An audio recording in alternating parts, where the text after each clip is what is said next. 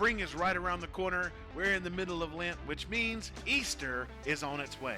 It's one of the two biggest holidays that as pastors and churches, we try to put the most emphasis in. Easter and Christmas. Well, we've had Christmas, now it's Easter time. In the Worship for Life podcast today, we're going to be talking about how we as churches can make the best of this Easter season. I hope to give some practical advice to kind of help you and maybe to improve a little bit of what your Easter season is going to look like at your church. My name is Gabe Landis, and this is the Worship for Life podcast.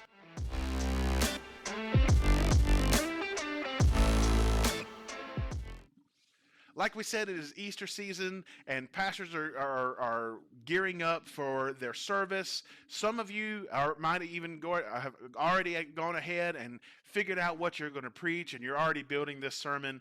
But I'm hoping with this video that I'll be able to give you some practical tips to help to make the best of your Easter service, because there's been a lot of missed opportunities in my ministry where I wanted to reach certain goals and I wanted to do certain things, but because I did not take a step-by-step process, I didn't take my time to prepare my team or to prepare myself for these things, for the experience that I was seeing in my head or that I really wanted in my heart, it kind of fell through.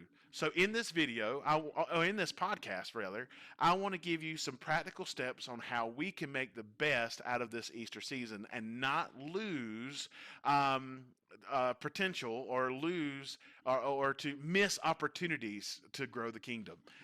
So a couple of easy steps. The first one is this. We need to prepare our leadership and our teams for the vision that we have for our Easter experience. One of the first things that we need to do is write down your vision. Proverbs 29:18 says that where there is no vision, the people cast off restraint.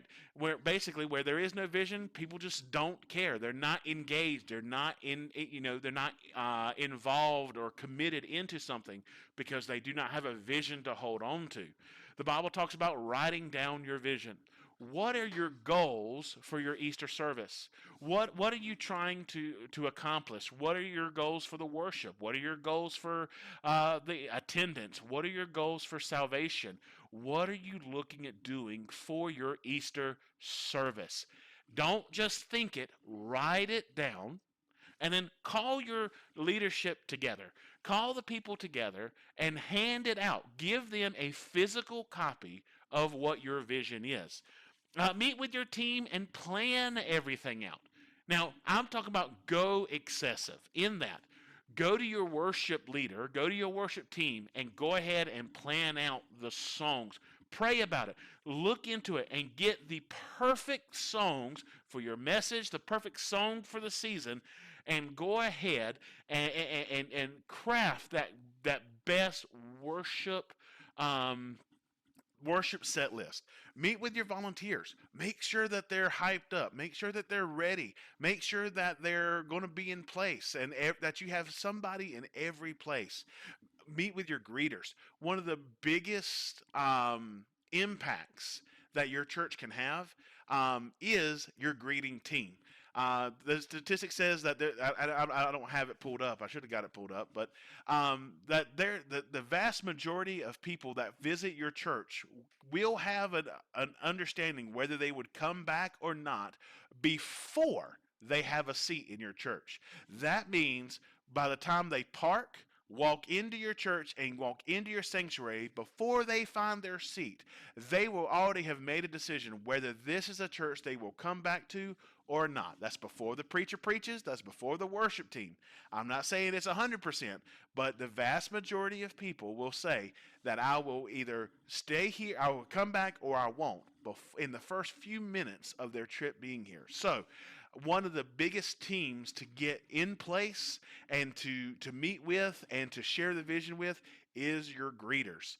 At my church, we we have me and another gentleman. We stand outside and we wave at people as they're coming in. We wave at people as they pass by.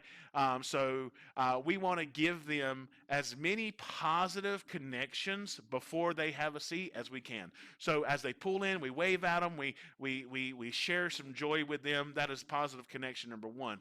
Number two is when they walk in the door, we have some greeters there. We have some awesome women that are part of our greeting team that'll hand them a bulletin and welcome them. That is positive interaction number two. And number three is when they find their seat, we have people that kind of go around, and this is not any set people. This is just the church culture that we have, that we go around and we welcome and shake their hand and say, hey, we're so glad that you're here. So your greeters is a massive part of the experience for anybody that is visiting your church. So meet with your greeters, encourage them, uplift them, tell them how important their role is, and get them charged up and ready. And then meet with your children's church and nursery workers, if you have those facilities. This is an opportunity for new families to come in and feel welcomed and feel safe. So meet with them. Make sure that they are prepared for their Easter service, that they know where they're going, and meet with all these different groups and coordinate a massive experience vision. See, when we look at church as just a service, we tend to parse it. We have the worship service, then we have the sermon part of the service, we have the offering part of the service.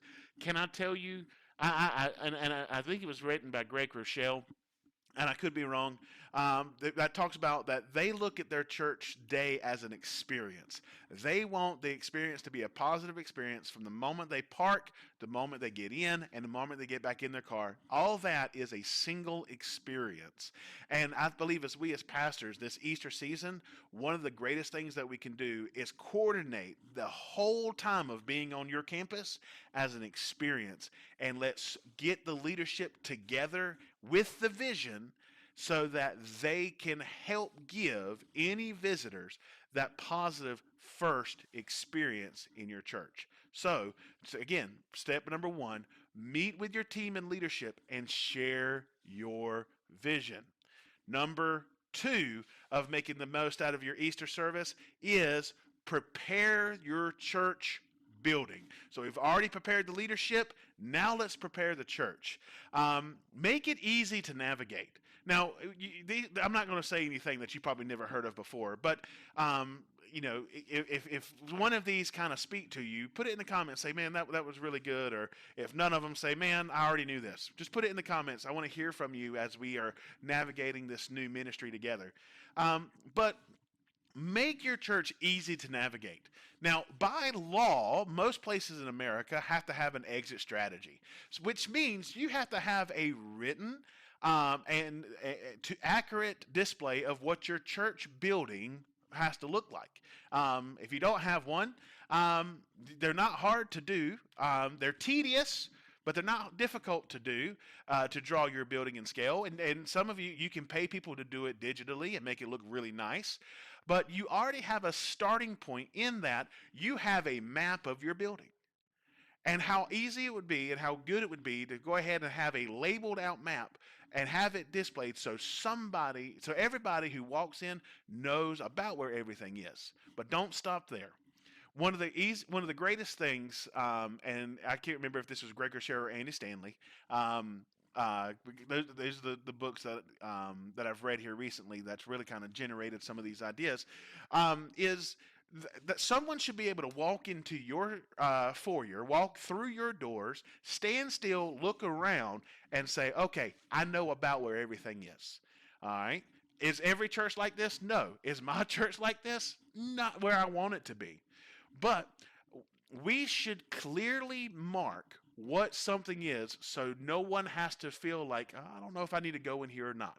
So make sure your bathrooms are easily marked and that people know where they are.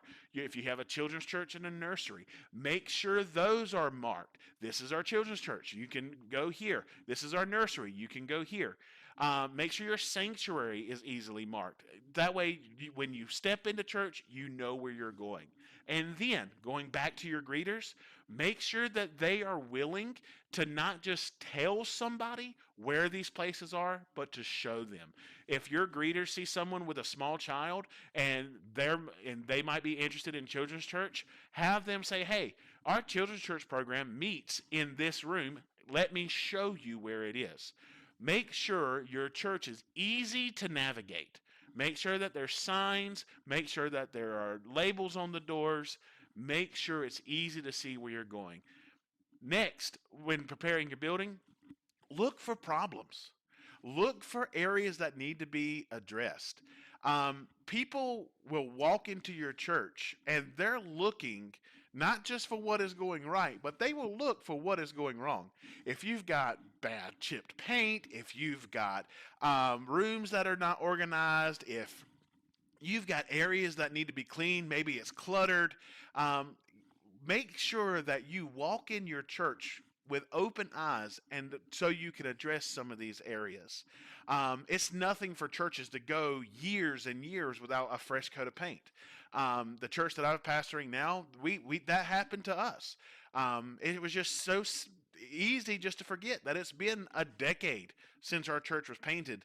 And then you start looking around and you start counting all the different blemishes in the paint and wondering how some of these marks get 15 foot in the air, or at least that's how I did. And you sit there and say, when people walk in, they see not our best. So we need to walk through our church buildings and look for problems. Let me tell you what I did. I meet with my leadership several times throughout the year, just specifically to go over the needs of the church and to see how their ministries are going. We have a very small church, so meeting monthly was what we did at the time. We've gone a little bit less than that now. It's every other month. But what I did is I pulled my entire leadership and that gave them all a pad of paper. And I said, we're going to walk around the whole church and we're going to do it systematically. We're going to do it in the sanctuary. We're going to do it in the hallways. We're going to do it around our campus. And we're going to walk around and I want you to write down everything that you see that needs to be addressed or needs to be changed. And it worked absolutely great because I can't tell you how many of them said, "Man, I didn't realize that this was a problem. I didn't realize that this was broke. I didn't realize that this was in the condition that it is," because we're in and out several times a week, all week, every week. It's easy to just ignore some problems. So take time with your team, with your leadership, walk through your church, look for problems that need to be addressed, and write them down and start fixing them. If you need a touch-up in paint, paint. I'll tell you the biggest one, and this is my problem right now. Clean off the piano. Clean off the counters. When people walk in and they see clutter in a room or clutter in the sanctuary, it turns people off. And it reminds me of the verse of Scripture, Haggai 1:4. It is time for you yourselves to dwell in your planed houses while the house lies in ruin. God was like, look, you're in these you've got your nice places that you live, but the house of God is in ruin. It amazes me how many churches are less than ideal, but the people who are in the churches, their house are immaculate. You would never have your house be cluttered. You would never have your house be in shambles, yet we'll let our churches get like that. That should not be the case. And I don't think we necessarily do it intentionally, but just sometimes we just go blind to what needs to be done. So, to make the most of your Easter, look for problems that need to be addressed and address it. All right. So we've already said that we need to prepare our leadership and give them our vision. We're looking for problems. Number 3, make sure you make ways to connect with your visitors, but without invading their privacy. Make visitors feel welcome. 1 Thessalonians 5:11 says, therefore, encourage one another and build one another up, just as you're doing. So he's saying, look, continue to encourage and build up one another. When someone comes to our church, they should feel welcomed and they should feel encouraged and they should feel a part of the service, not this distant person, this stranger. The worst thing that we can do is to make someone feel like a stranger. All right, so make them feel welcome, and find ways to connect with them. Now, think back, not too long ago, we used to have these things called connection cards, and some churches still use them, and even some of your modern churches use them, but they're not necessarily what they used to be. I've seen some connection cards that would make job applications look bad. They're asking your name, your number, your kids, how many kids you got, what are their birthdays, when's your birthday, what was your last address, what's your credit score. Okay, obviously not the credit score, but you would get credit cards and you could spend 10 minutes filling out this information. Not everybody wants to give that kind of information out. So what we've done is we're asking three questions for each person that's new to our church. We need to get the basic information: their name, an email, or a phone number. And we use Linktree and Jotform. And these are great ways into building up a really easy connection page. But we have a QR code. I don't have none of my bulletins here, but we have a QR code that they can scan. It goes to a certain website. They can click first time visitor, and it asks name, email, phone number. They put in what information they want, and then I have a notification that says so and so joined your church, or so and so sent in information, and I can reach out to them. I can call them. I can email them. I can thank them for coming to my service, and it doesn't feel overwhelming. A lot of people are willing to give their name and at least an email or a phone number. Now, be prepared. A lot of people, and I do it too, we give out our junk email. So not everybody's going to give out the email they use all the time, but maybe they will. But take what information they can, make sure you use it, make sure you connect with it, but don't go overboard.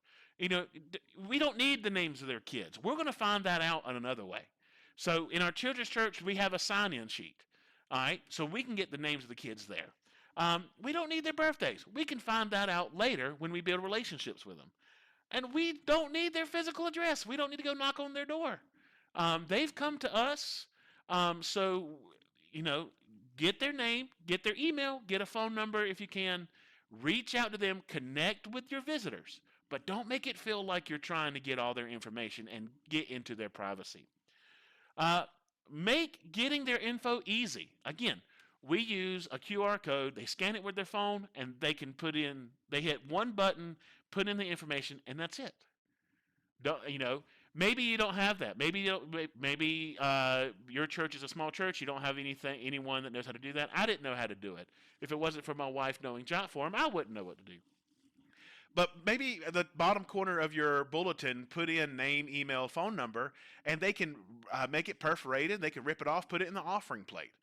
Make it easy to be able to turn in their information. Make it easy to write it, not time consuming, um, and help them know how to do it and bring it up. Hey, if you're your first time, and I say this every service, if you're a first time visitor here, we have a QR code in our bulletin. Scan it, give us some information. I just want to say thank you for coming to our church. I say that every Sunday, regardless if there's someone new that I've seen or not, because I don't know who's there sometimes, and I don't pastor a really big church, but sometimes I'll miss somebody, so I want to make sure I say it over and over again so everybody knows. So get their information, connect with them. Don't make it look like a job. Don't make it look intense. And then make finding you easy online. All right? We have Facebook, so a lot of churches are on Facebook. We do our Facebook Live. Make it easy for people to see you on Facebook.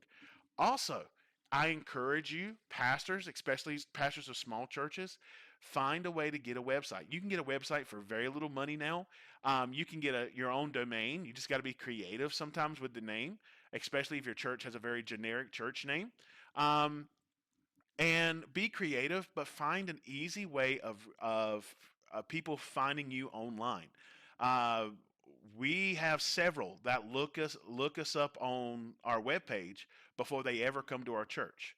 So make it easy for people to learn about you on the internet. And again, sometimes you have to be creative. Our church is Grace Chapel Church. So I had to be creative to find a URL that was not you. So we do Grace Chapel NC, Grace Chapel for North Carolina. And we tell people all the time, you can go to gracechapelnc.com and you can see our webpage. It's easy, it's rememberable, and it helps people see us.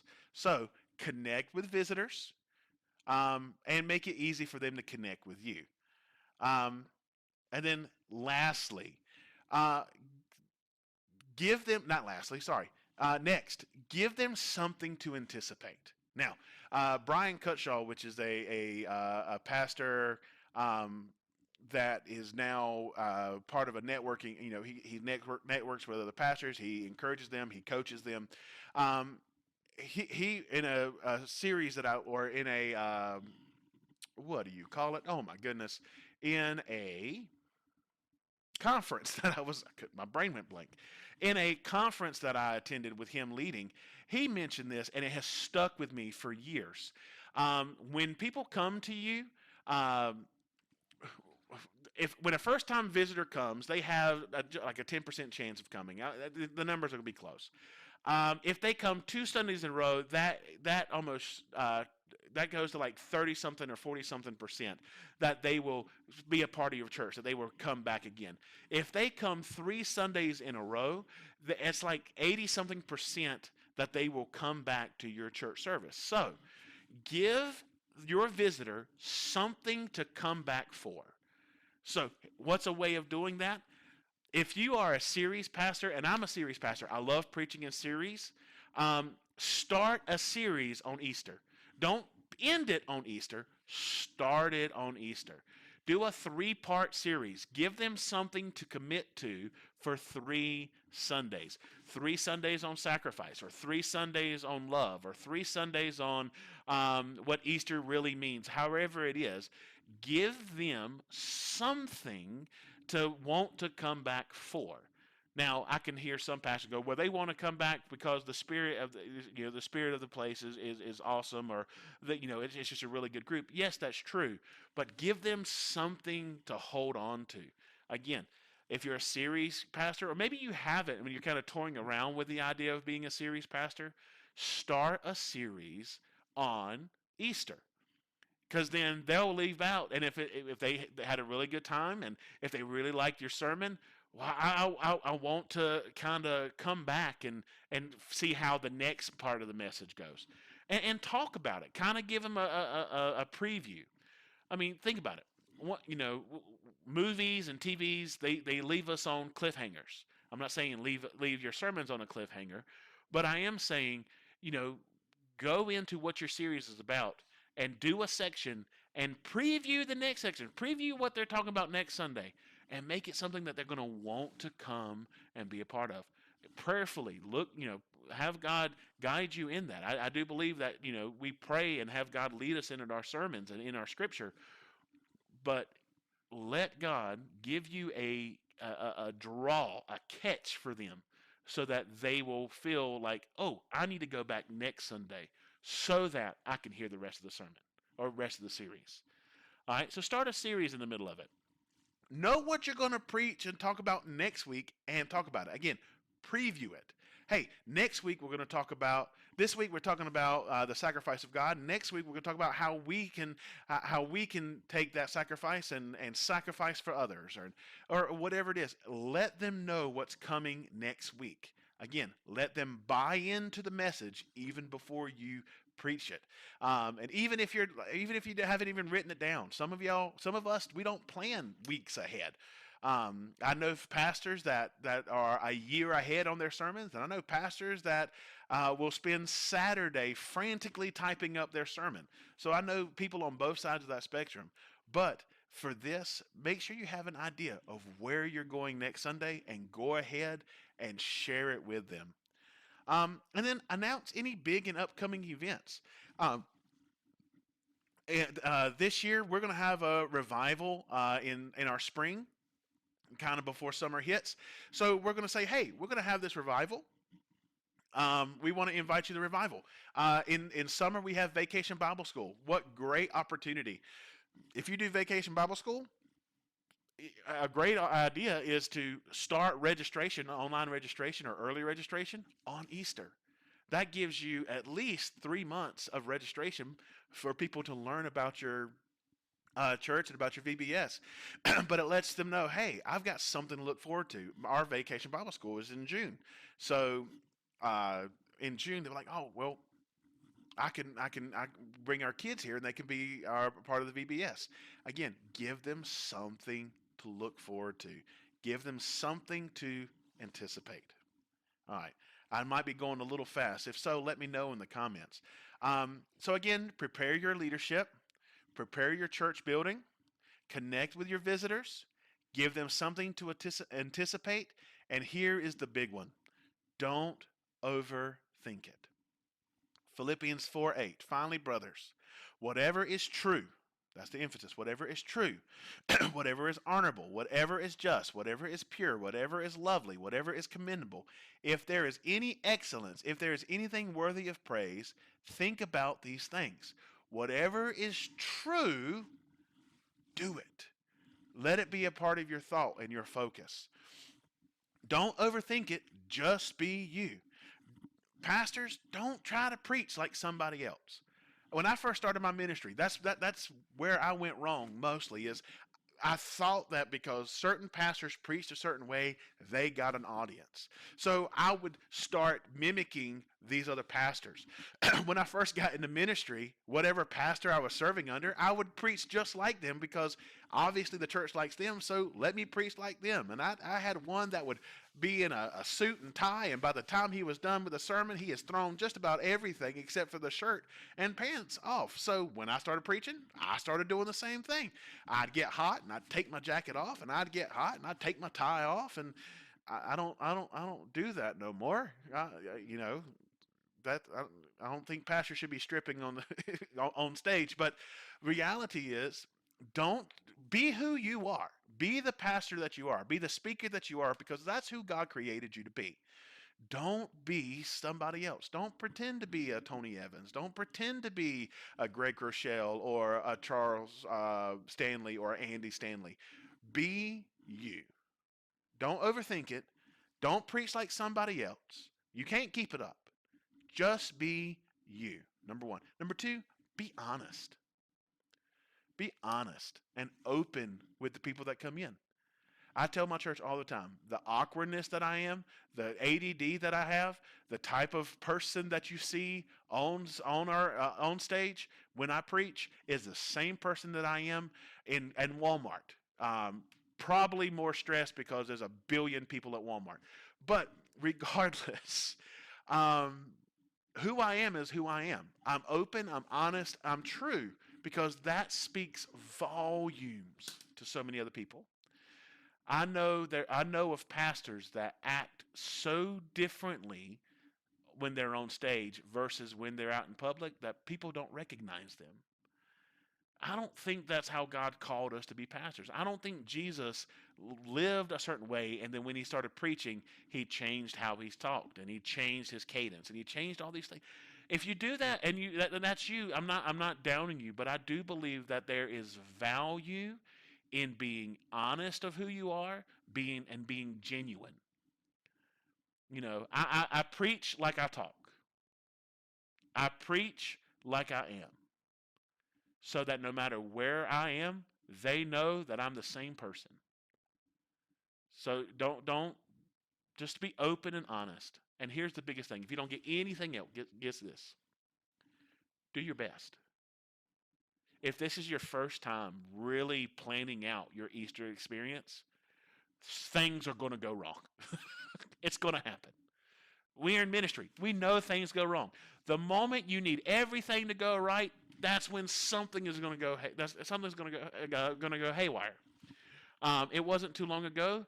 You know, we're sitting there trying to get a service ready, and we have a massive pipe leak under our church. We're throwing out 1,200 gallons an hour or 1,200 gallons a minute. I don't know how much. I think it's an hour. But we're talking about a massive amount of water that is just flowing under our church. So right before a sermon, right before a message that I was super excited about, now I've got a flood under my church that we're trying to handle. Things are going to go wrong.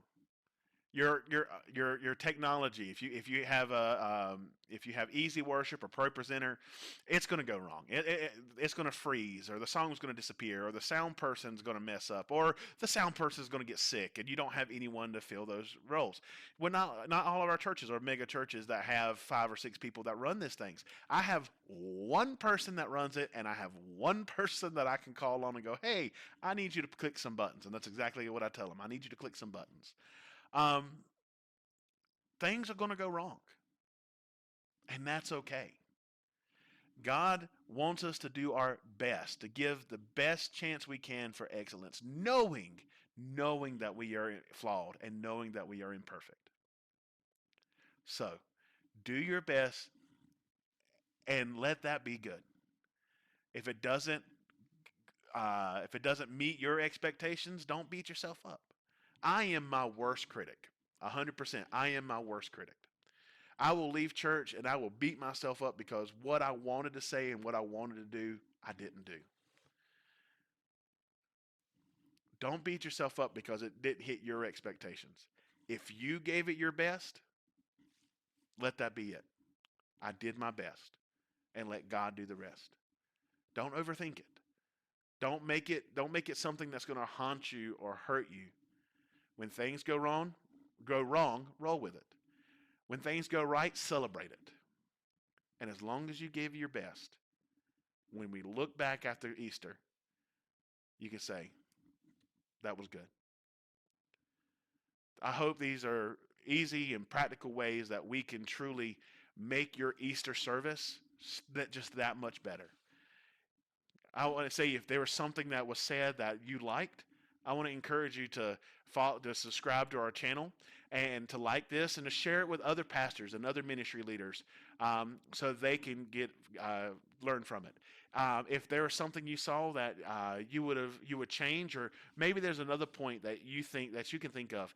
This is not an exhaustive list at all, so I want you to put it in the comments and let's learn from each other. What are some of the big steps that you took to make the best Easter service you can? Put it in the comments below. Subscribe to the channel. Make sure you hit the notification. That way, anytime we do a video, you're able to see our post and be able to find it easier. You can also check our Facebook page out and everything like that too. So thank you so much for listening to the Worship for Life Ministry podcast. And I'm so glad that we were able to share this time. God bless you. I hope